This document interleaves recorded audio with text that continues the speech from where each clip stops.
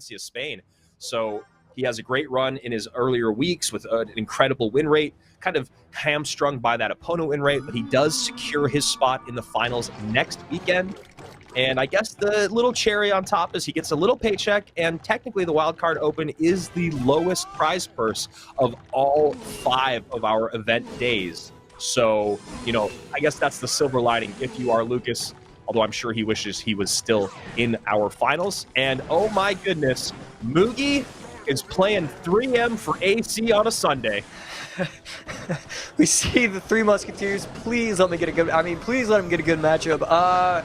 He does use the heal spirit perfectly. Can't stress it enough. That was absolutely perfectly. And this is a pretty good opportunity. Gets the left side all the way down to 1962. Right side down to 2398.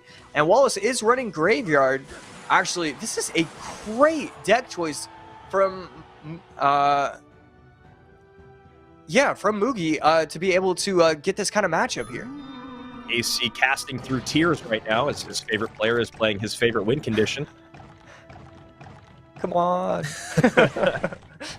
And you know what? I'm glad you talked about the matchup because I play both of these decks so rarely, and I run into both of these decks so rarely. The one that Wallace is playing is becoming the most popular Graveyard deck. Again, it's like a new version of Splash Yard. Splash Yard will always be a strong competitive deck, or at least a forced competitive deck. People just love Splash Yard if they've been playing it for a long time.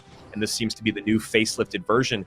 But yeah, in that matchup conversation, I don't play Splash Yard enough or 3M enough to know that this is a good matchup for Mugi. So we'll see if he's able to take that stat and take this game. 1962 is the lowest tower, as Wallace is setting up a Baby Dragon plus Ice Wizard push.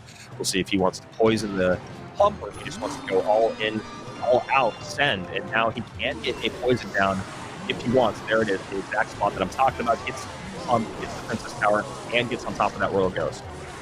So one of my favorite plays to do with Three Musketeers is pump in the middle like that, and then actually Three Musketeers on the outside corner. It can take away all the skeletons, or you can have it take away, or do damage on the support troops. Right there, he elects to not use that method, and the tower gets all the way down to 487. Wow.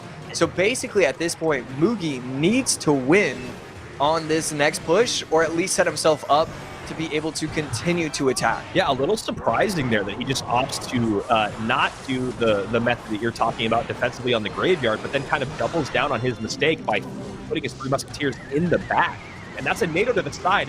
Beautiful play there by Wallace, and this is what we've been seeing out of Wallace day in, day out, month in, month out, competitions of flying.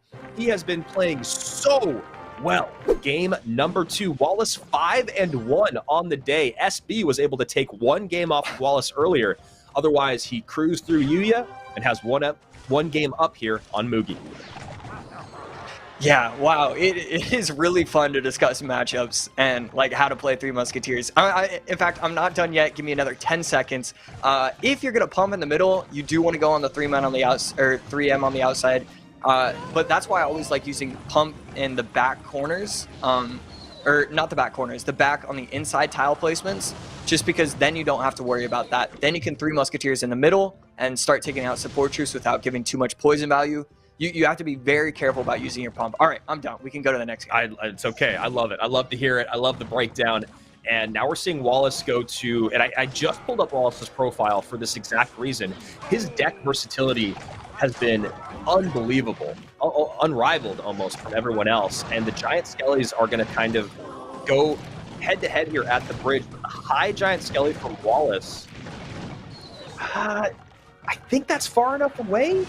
Yeah, wow, yeah. Perfect placement. Yeah, that was beautifully placed, and Mugi might not have enough elixir. Miner on the inside tile. Archer Queen will be able to target it, so he should have probably placed it 1 or 2 tiles into the middle, and he's going to have to get aggressive, but to no avail. That Fisherman is going to be able to clean that up, and then he should be able to either A, bats on top, or snowball it off, and he does go with the option of snowballing it off. 1 minute, 12 seconds left. Beautiful skeletons on the outside, and a huge advantage for Wallace in game number 2. Man, he is just playing on another level right now. Splash Yard the game before that we just watched, Mortar before that, Drill before that. He went back-to-back Drill games in 2 different sets. The only time he's lost today was with a Skeleton King, Inferno Dragon, Fireball, Arrows Graveyard deck. So he's been doing it with Mortar, he's been doing it with Drill, he's been doing it with Graveyard. He's just been all over the place. And now he's going to Giant Skeleton Blue and up the tower early here on Mugi. 33 seconds left. Giant Skeleton does get taken to 60%. And another Giant Skeleton plopped in the pocket. Bats are going to take the aggro of the Inferno Tower. A Loon placed, and he might give up. Okay, no, he has not going to give up. But this second tower is going down. He's doing everything that he can, but this is a bad matchup and an incredible deck choice from Wallace. And such a unique deck choice here from Wallace. I don't think I've seen a version of this maybe ever.